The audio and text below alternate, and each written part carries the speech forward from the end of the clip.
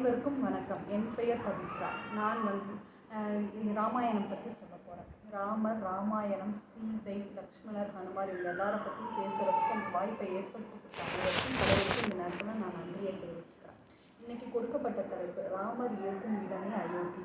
இந்த தலைப்பில் என்ன சொல்ல வராங்கன்னா, ராமர் வனவாசம் போகணும் அப்படிங்கிறத தசரதர் சொல்கிறாரு. சொன்ன விட்டு ராமருக்கு தெரிஞ்சது தந்தையோட வார்த்தையை காப்பாற்றணும்னு சொல்லி அவரும் வனவாசம் போகிறேன்னு சொல்லிட்டு முடிவு பண்ணி கிளம்புறாரு. அவரை வேண்டான்னு சொல்லி எவ்வளவோ பேர் எல்லாமே தடுத்தும் அவர் அதை இல்லை, தந்தையோட சொல்ல காப்பாற்றியே ஆகணும்னு சொல்லி முடிவு பண்ணி அவர் கிளம்புறாரு. அப்போ லக்ஷ்மணர் துறவரம் போகிற அந்த உடையை உடுத்திட்டு அவர் நிற்கும்போது, என்ன லக்ஷ்மணா அப்படின்னு சொல்லி கேட்குறப்ப அவர் சொல்ல, மூது ஆனவன் முன்னம் முடிந்துடு அப்படின்னு சொல்லி அவங்க அன்னையான சுமித்திரை சொல்கிறாங்க. அப்படின்னா என்னதுன்னா, நீ ராமரோட சகோதரராக அங்கே போகாமல் நீ அவருக்கு உதவியாளராக போகணும், தொண்டு செய்கிறவராக நீ அவர் கூட போய் இருக்கணும். அதே மாதிரி போகும்போது அவங்க 14 வருஷம் அவங்க கூட காட்டில் இருந்துட்டு அவங்க திருப்பி வந்தால் நீயும் நாட்டுக்கு வா, அப்படி இல்லையா நீ அவங்களுடைய காட்டிலேயே இருந்துரு அப்படின்னு சொல்லி அவங்க அம்மா சொல்கிறாங்க. அதனால தான் கவிஞர் அவங்கள அறத்தின் உருவம் அப்படின்னு சொல்லி சொல்கிறாங்க. அவர் லக்ஷ்மணர் வந்ததுக்கப்புறம் சீதையும் அந்த மாதிரி வர்றாங்க. வரதை பார்த்துட்டு ராமருக்கு ரொம்ப அதிர்ச்சி ஆகுது. சீதை, உன்னால் அந்த காட்டில் இருக்கிற வெப்பத்தை கண்டிப்பாக தாங்க முடியாது, அதனால் நீ இங்கேயே இரு அப்படின்னு சொல்லி எவ்வளவோ சொல்லி பார்க்குறாங்க.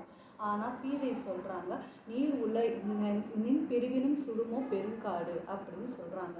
அப்படின்னு நீங்கள் இல்லாத இடத்துல எனக்கு ஏற்படுற வெப்பத்தை விடவா அந்த காட்டின் வெப்பம் என்னை சுட்டுவிட போகிறது, அதனால் என்னால் இருக்க முடியாது, ராமர் இருக்கும் இடமே எனக்கு அயோத்தி அப்படின்னு சொல்லிட்டு சீதையும் அவங்க கூட கிளம்புறேன்னு நிற்கிறாங்க. நீர் உல எனின் உல மீனும் நிலமும் அப்படின்னு சொல்கிறாங்க. அப்படின்னா என்னதுன்னா, நீர் இருக்கிற இடத்துல தான் நிலமும் மீனும் நல்லபடியாக உயிர் வாழ முடியும். அதே மாதிரி ராமர் இருக்கிற இடத்துல தான் லக்ஷ்மணரும் சீதையாலே நல்லபடியாக இருக்க முடியும். அதனால் எங்களை நீங்கள் வேண்டாம்னு சொல்லி விட்டுட்டு போயிடாதீங்க, நீங்கள் இல்லைன்னா எங்களை யாராலையும் நல்லபடியாக பார்த்துக்க முடியாது அப்படின்னு சொல்லி 2 பேரும் சொல்லும்போது ராமரால் அதை தடுக்கவே முடியலை. சரின்னு சொல்லி 2 பேரையும் கூட்டிகிட்டு போகிறதுக்காக சம்மதிச்சிடுறாரு. இதை தெரிஞ்ச அந்த ஊரில் இருக்கிற நாட்டில் இருக்கிற உயிரினங்கள், நாடு மாடு அப்படின்னு சொல்லி எல்லா உயிரினங்களும், மரங்கள், செடி, மனிதர்கள், பெரியவங்க சிறியவங்க அப்படின்னு சொல்லி பெண்கள் ஆண்கள் எல்லாருமே ரொம்ப வருத்தத்தை தெரிவித்து அழுகுறாங்க. அவங்களோட கண்ணீர் சாலைகளில் ஆறு மாதிரி பெருக்கெடுத்து ஓடுது அப்படின்னு சொல்லி கவிஞர் இந்த இடத்துல சொல்கிறாரு. அதே மாதிரி அவர் இன்னொரு விஷயம் என்ன சொல்கிறார், உரு அறியா பிள்ளை அழுதது அப்படிங்கிறாரு.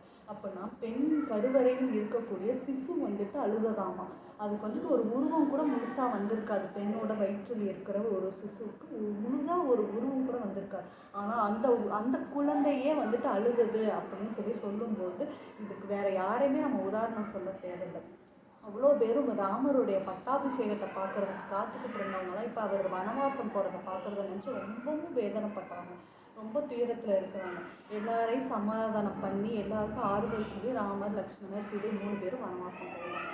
இந்த விஷயத்தை தெரிஞ்ச தசரதர் ரொம்ப மன உளைச்சலுக்கு ஆளாகிறாரு. என்னால் தான் என் மகன் இவ்வளோ கஷ்டப்படுறாங்க அப்படின்னு சொல்லி அழுது, என் மகன் இல்லாத இந்த ஊரில் நானும் இருக்க மாட்டேன்னு சொல்லி அவரோட உயிரையே விட்டுடுறாரு. இந்த எல்லா விஷயங்களும் பரதருக்கு தெரிய வரப்போ ரொம்ப கோவப்படுறாரு அவங்க அம்மா மேலே. நீங்கள் கேட்ட வரத்தினால தான் இன்றைக்கி அண்ணனும் இல்லை அப்பாவும் இல்லை, 2 பேருமே கஷ்டப்பட்டாங்க. நீங்கள் இப்படி பண்ணியிருக்கக்கூடாது, நீங்கள் செஞ்சது பெரிய தப்பு, இன்னையிலேருந்து நான் உங்களை அம்மானே கூப்பிட மாட்டேன் அப்படின்னு சொல்லி ரொம்ப கோபமாக பேசிட்டு ராமரை தேடி போகிறாங்க. ராமர்கிட்ட வேண்டி கேட்டுக்கிறாங்க, தயவுசெய்து திருப்பி வந்துடுங்க, அப்பாவும் இல்லாமல் நீங்களும் இல்லாமல் என்னை தனியாக விட்டுறாதீங்க அப்படின்னு சொல்லி கேட்கும்போது ராமர் சொல்கிறார், அப்பா சொன்ன வார்த்தையை காப்பாற்றணும், நான் வனவாசம் போகணும், நீ நாடாளணும், நம்ம 2 பேரும் செய்யணும். இப்போ நீ கேட்டுக்கிறதுக்கு என்னங்க நான் அரசராக ஏற்றுக்கிறேன். இப்போ அரசரோட கட்டளையாக சொல்கிறேன், நான் 14 வருடம் வனவாசம் முடிஞ்சு வர வரைக்கும் நாட்டையும் நாட்டு மக்களையும் நீ தான் வழி நடத்தணும் அப்படின்னு சொல்லி பரதருக்கு ராமர் கட்டளையிடுறார். அந்த கட்டளை கேட்டு பரதர் ராமருடைய திருவடிகளை வணங்கிட்டு அவருடைய காலணிகளை எடுத்துகிட்டு அரசவையில் வச்சு அதை முன்னிறுத்தி இவர் நாட்டையும் நாட்டு மக்களையும் வழிநடத்தி போகிறார். இதுவே இந்த தலைப்பின் சுருக்கம்.